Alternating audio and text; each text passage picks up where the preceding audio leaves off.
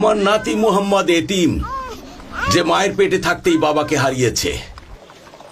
বড়ই বরকতময় শিশু আমার নাতি, তাই তোমরা তাকে নাও আর মায়ের স্নেহে লালন করো। সে সাদ গোত্রের কাছে বড় হতে পারলে আমি আনন্দিত হব। কিন্তু একটা এতিম শিশু, আমি কি করব তাকে নিয়ে? আমি মক্কায় তাকে রাখা নিয়ে শঙ্কিত। আল্লাহর কসম, তাকে দূরে কোথাও দিতে চাই না। কিন্তু তাকে মরুভূমির মধ্যেই বড় হতে হবে, কারণ এটা শহরে থাকা আরববাসীর একটা রীতি। সে বলিষ্ঠ দেহের অধিকারী হোক। আল্লাহ তোমাদের মঙ্গল করুন। আমরা একটা এতিম বাচ্চাকে নিয়ে কি করব?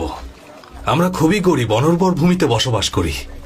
সব সময় আমাদের বেঁচে থাকার লড়াই চলে, যতক্ষণ না আমাদের ক্ষুধা গ্রাস করে। দুধ কিংবা মাংস খাওয়া তো আমাদের কল্পনারও বাইরে। শান্ত হও বাবা, শান্ত হও। কাবার মালিক নিশ্চয়ই তোমাকে রক্ষা করবেন। ও তোমার বাচ্চা? হ্যাঁ, আমার। মোহাম্মদ ওর মতো ছোট একটা বাচ্চা, ওকে নিয়ে যাও। ওরা দু ভাই একসাথে বড় হবে। বিশ্বাস করুন, আমি আপনাকে নিরাশ করতে চাই না। আপনাকে দেখেই আমার মনে হচ্ছে আপনি খুব ভালো একজন মানুষ। কিন্তু আমার কি করার আছে বলুন? আপনি দেখুন না, আমার বাচ্চাটা ক্ষুধায় কেমন চিৎকার করছে। আমার বুকে তার জন্য যথেষ্ট দুধ তৈরি হচ্ছে না। আমি নিজেই জানি না আমি কি করব। ঠিক আছে, তোমরা যাও। আল্লাহ তোমার মনের আশা পূর্ণ করুক।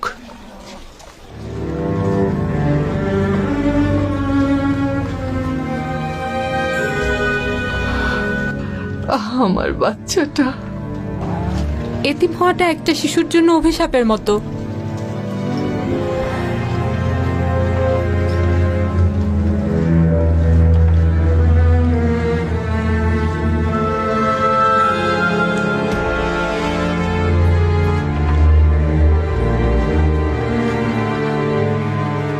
তুমি কোথায় যাচ্ছ হালিমা?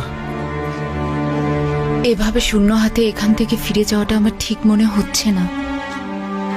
তাই শূন্য হাতে যাওয়ার চেয়ে এটাই উত্তম, শিশুটিকে নিয়েই যাই। সেটাই হয়তো ভালো হবে।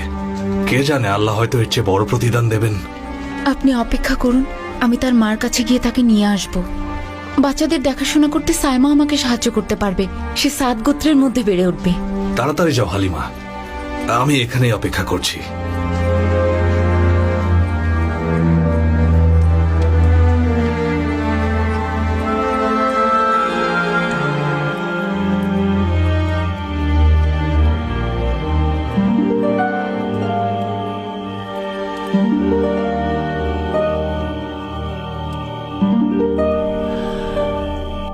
এদিকে এসো বারাকা,